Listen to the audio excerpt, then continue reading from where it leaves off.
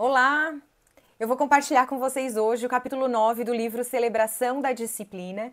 Como eu sempre falo, o objetivo não é substituir a leitura, e sim um reforço, um ruminar, aquilo que eu recebi mais em relação a essa leitura, eu compartilho com vocês. Mas cada um tem uma experiência diferente, por isso é tão importante fazer a leitura do capítulo todo.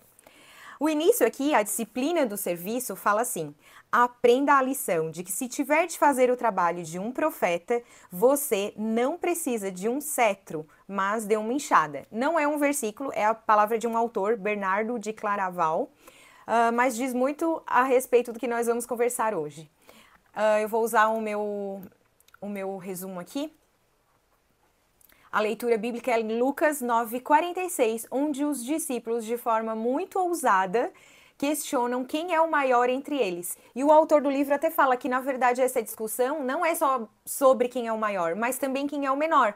Porque a gente, né, às vezes não sabe que não é o maior, mas não queremos nos sentir o menor entre todos. E o Senhor deu uma resposta muito sábia, né? Falando que quem quer ser grande precisa se tornar como as crianças. E logo depois ele foi lavar os pés dos discípulos. Era época de Páscoa, os discípulos não queriam nem tocar nesse assunto, mas o Senhor tomou essa atitude tão humilde. E o autor então traz essa visão de que se a gente quer servir, se a gente quer ser útil ao Senhor, a nossa posição é de pegar a bacia e a toalha. Então, se colocar numa posição inferior às pessoas que a gente vai servir. O objetivo do Senhor aqui era servir de exemplo para nós, para os discípulos e para nós, e com certeza ficou marcado porque ele foi contra o conceito de autoridade, né? Até então, os fariseus, os escribas, as autoridades judaicas eram superiores, e ele mostrou que para ser maior, tu precisa te colocar abaixo. E ele também redefiniu a posição de liderança, desmistificando a necessidade de ter uma posição, de ocupar um cargo, para simplesmente exercer a posição de líder na sua função, no desempenho. Uma frase aqui que me chamou a atenção. No serviço, porém, precisamos experimentar as diversas pequenas mortes que ocorrem quando vamos além de nós mesmos. O serviço deporta-nos para o secular, o comum, o trivial. Porque a autonegação radical, aquela mudança brusca na vida, aquela decisão de impacto, gera até uma sensação de aventura, um sentimento positivo. Mas isso não é o serviço. O serviço ele acontece no comum, no trivial. Por isso que é tão difícil pra gente. E agora então nós vamos falar sobre as diferenças entre o serviço farisaico versus serviço verdadeiro. Então a gente tem lá na Bíblia as referências que não devemos usar, que era dos fariseus, e a verdadeira referência que é Jesus. Nós vamos ver o comparativo aqui entre elas, eu vou usar a minha colinha. O serviço farisaico requer o esforço humano. Ele despende energia, cálculo, esforço, empenho, enquanto que o serviço verdadeiro requer o nosso relacionamento e vai produzir atitudes conforme ímpetos divinos. O serviço farisaico requer coisas grandiosas, serve quando é grande, ele escolhe o serviço pela sua expressão, enquanto que o serviço verdadeiro, ele é sem distinção, ele vai servir sempre, é um hábito, é uma rotina, é a expressão da vida dentro daquela pessoa. O serviço farisaico, ele busca recompensas, aplausos, ele quer prestígio, enquanto o serviço verdadeiro não procura atenção e ele descansa longe de holofotes.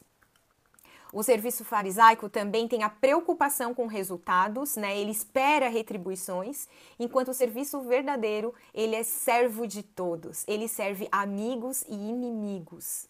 O serviço farisaico, ele é afetado por humores, por caprichos, e ele tem o controle de quando e como servir. Enquanto que o serviço verdadeiro vem da simplicidade, de modo fiel, né? A inclinação para o servir.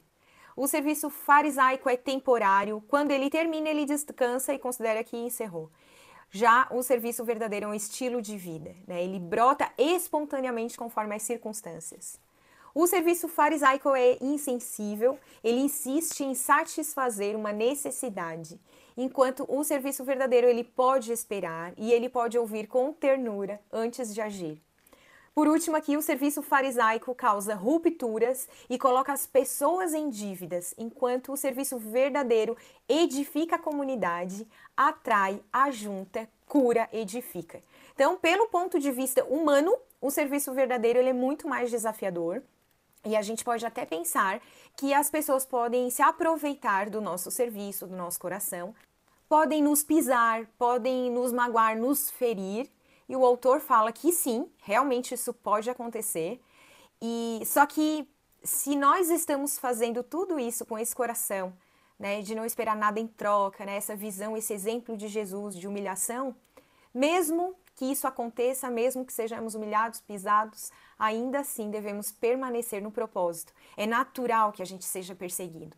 O serviço na lida, nós vamos falar sobre a diferença entre agir como um servo, que é um pouco do farisaico, né, versus ser um servo. Então, ser constituído desse coração disposto a passar pela escravidão, pela servidão voluntária, como Paulo fala, disposto de abrir mão, de estar no comando, para simplesmente, no dia a dia, no cotidiano, no trivial, praticar o serviço. Então aqui tem alguns exemplos, né, de serviço. O serviço de afastar-se dos holofotes. São ministérios anônimos que alcançam pessoas e os testemunhos vêm sem nenhuma explicação, né? Tu estás em casa intercedendo por aquela pessoa, orando por ela, as coisas acontecem e ninguém nunca vai ficar sabendo que tu intercedeu.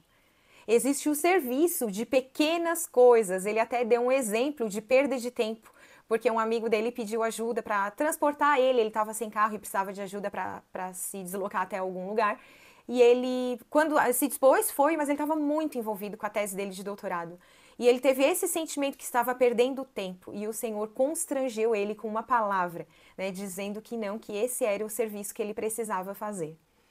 O serviço de proteger a reputação alheia, porque denegrir a imagem de qualquer outra pessoa é um veneno mortal. Então, ainda que aquilo que tu estejas falando seja verdade, não devemos tomar esse tipo de atitude. Isso destrói, corrompe o serviço, o amor, né? Imagina que a forma como Jesus vê as pessoas não é igual à nossa, né? O Senhor não vê como vê o homem, o Senhor vê o coração.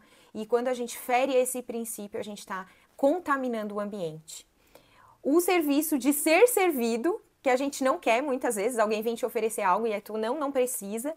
Na verdade, isso é uma forma de orgulho. Então, quando a gente recebe o serviço de ser servido, é um ato de submissão.